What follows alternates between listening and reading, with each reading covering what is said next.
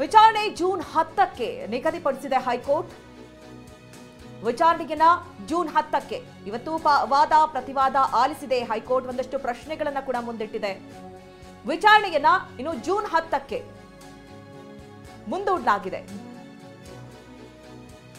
ಈ ಎಲ್ಲಾ ವಿಚಾರಕ್ಕೆ ಸಂಬಂಧಪಟ್ಟಂತೆ ಸರ್ಕಾರ ಒಂದು ವರದಿಯನ್ನ ಸಿದ್ಧಪಡಿಸಬೇಕು.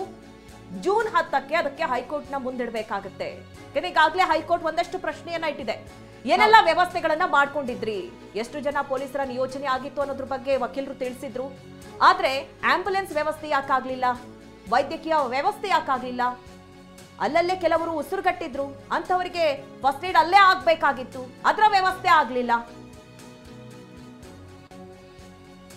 ಜೊತೆಗೆ ವರದಿಯನ್ನ ಸಲ್ಲಿಸೋದಕ್ಕೂ ಕೂಡ ಸರ್ಕಾರಕ್ಕೆ ಇವತ್ತು ಸೂಚನೆಯನ್ನ ಕೊಟ್ಟಿದೆ ಹೈಕೋರ್ಟ್. ವಿಚಾರಣೆಯನ್ನ ಮುಂದೂಡಿಕೆ ಮಾಡಿ ಆ ನಂತರದಲ್ಲಿ ಸಂಪೂರ್ಣ ಘಟನೆಯ ಬಗ್ಗೆ ವರದಿಯನ್ನ ಸಲ್ಲಿಕೆ ಮಾಡುವುದಕ್ಕೆ ಸರ್ಕಾರಕ್ಕೆ ಸೂಚನೆಯನ್ನ ಕೊಟ್ಟಿದೆ. ಅದರ ಪ್ರಿಪರೇಷನ್ ಯಾವ ರೀತಿಯಾಗಿ ನಡೀತಾ ಇತ್ತು ಅನ್ನೋದನ್ನ ನಾವು ಹೇಳ್ತಾ ಇದ್ವಿ. ಡಿಸಿ ಘಟನಾ ಸ್ಥಳಕ್ಕೆ ಹೋಗಿರೋದು, ಹೋಮ್ ಮಿನಿಸ್ಟರ್ ಘಟನಾ ಸ್ಥಳಕ್ಕೆ ಹೋಗಿರೋದು, ಅಲ್ಲಿ ಗಮನಿಸಿರೋದು ಏನಾಗಿದೆ, ಹಾಗೆ ಅಲ್ಲಿ ಇದ್ದಂಥವರಲ್ಲಿ ಮಾಹಿತಿಯನ್ನ ಕೇಳಿ ಪಡ್ಕೊಂಡಿರೋದು, ಅದು ಸಿಸಿಟಿವಿ ಫುಟೇಜ್ಗೂ ಸಂಬಂಧಪಟ್ಟ ಹಾಗೆ ಎಲ್ಲಾ ಸಿಸಿಟಿವಿಗಳ ಫುಟೇಜ್ಗಳು ಬೇಕು ಅಂತ ಕೇಳಿರೋದು, ಇವೆಲ್ಲವೂ ಕೂಡ ಈ ವರದಿಯನ್ನ ಸಿದ್ಧಪಡಿಸೋದಕ್ಕೆ ಕೋರ್ಟ್ಗೆ ಸಲ್ಲಿಸೋದಕ್ಕೆ ಮಾಡಿರುವಂತಹ ತಯಾರಿಗಳು. ಇದೀಗ 10ನೇ ತಾರೀಕು ವಿಚಾರಣೆಯನ್ನ ಮುಂದೂಡಿದ್ದಾರೆ.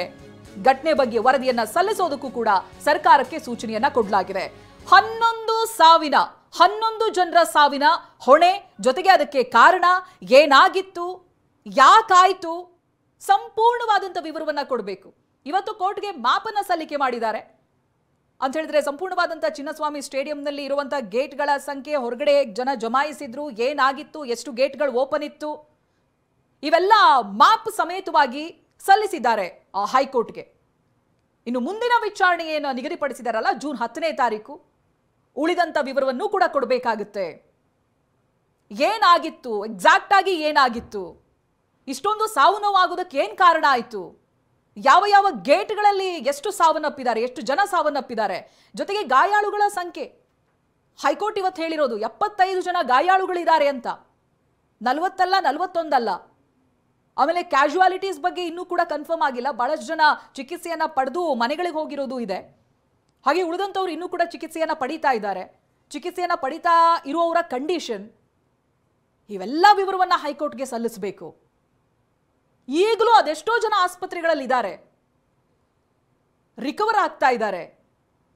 ಅವರ ಆರೋಗ್ಯದ ಸ್ಥಿತಿ ಯಾವ ರೀತಿಯಾಗಿದೆ, ಹೇಗೆ ಮಾನಿಟರ್ ಮಾಡಲಾಗ್ತಾ ಇದೆ, ಇವೆಲ್ಲವನ್ನ ಕೂಡ, ಇದೆಲ್ಲ ಪ್ರಶ್ನೆಗಳಿಗೂ ಕೂಡ ಹೈಕೋರ್ಟ್ ಕೇಳಿರುವಂತಹ ಪ್ರತಿ ಪ್ರಶ್ನೆಗೂ ಕೂಡ ದಾಖಲೆ ಸಮೇತವಾಗಿ ಸರ್ಕಾರ ವಿವರವನ್ನ ಸಲ್ಲಿಸಬೇಕು, ವರದಿಯನ್ನ ಸಲ್ಲಿಕೆ ಮಾಡಬೇಕು.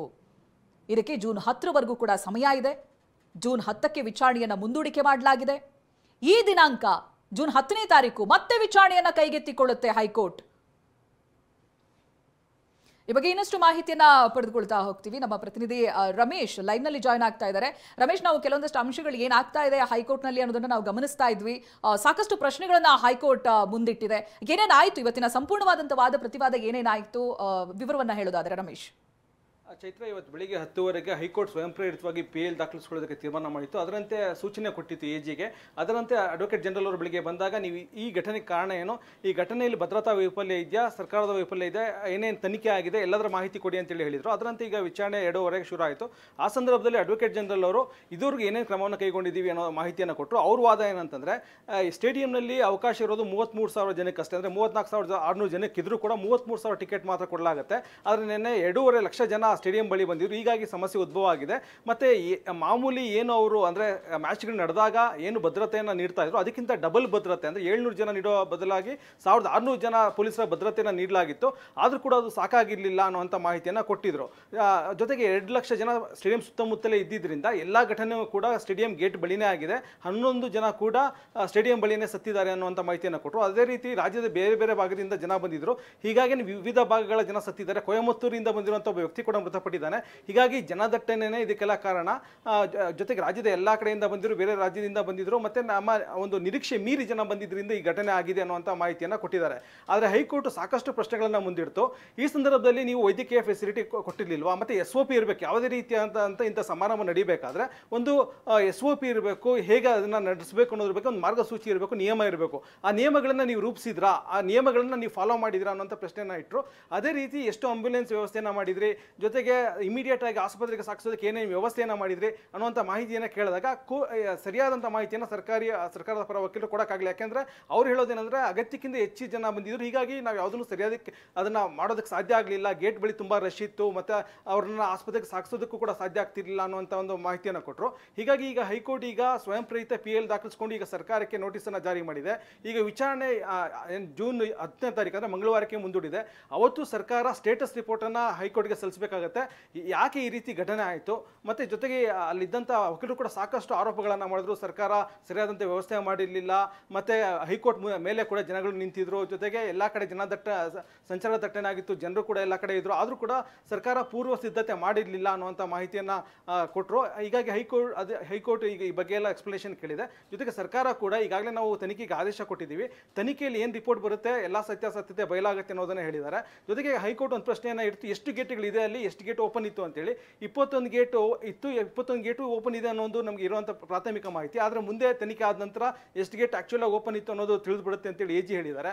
ಹೀಗಾಗಿ ಸಾಕಷ್ಟು ಆರೋಪಗಳನ್ನು ಅಡ್ವೊಕೇಟ್ಸ್ ಮಾಡಿದ್ದಾರೆ. ಜೊತೆಗೆ ಕೋರ್ಟ್ ಕೂಡ ಏನು ಮಾಧ್ಯಮಗಳು ಮತ್ತು ಪತ್ರಿಕೆಗಳ ವರದಿಗಳನ್ನು ಆಧರಿಸಿ ಈ ಒಂದು PL ಅನ್ನು ದಾಖಲಿಸಿಕೊಂಡಿದೆ. ಅದರಲ್ಲಿ ಇದ್ದಂಥ ವರದಿಯನ್ನು ಕೂಡ ಓದಿ ನ್ಯಾಯಮೂರ್ತಿಗಳು ತಿಳಿಸಿದ್ದಾರೆ. ಹೀಗಾಗಿ ಇಲ್ಲಿರುವಂಥ ಆರೋಪಗಳಿಗೆ ಸಂಬಂಧಪಟ್ಟಂತೆ ಸರ್ಕಾರದ ನಿಲುವೇನು, ಸರ್ಕಾರ ಏನೇನು ಕ್ರಮವನ್ನು ಕೈಗೊಂಡಿತ್ತು, ಏನು ಕೈಗೊಂಡಿಲ್ಲ, ಎಲ್ಲವೂ ಅದರ ಮಾಹಿತಿಯನ್ನು ಈಗ ಸ್ಟೇಟಸ್ ರಿಪೋರ್ಟನ್ನು ಜೂನ್ 10ನೇ ತಾರೀಕಿಗೆ ಸರ್ಕಾರ ಕೊಡಬೇಕಾಗುತ್ತೆ.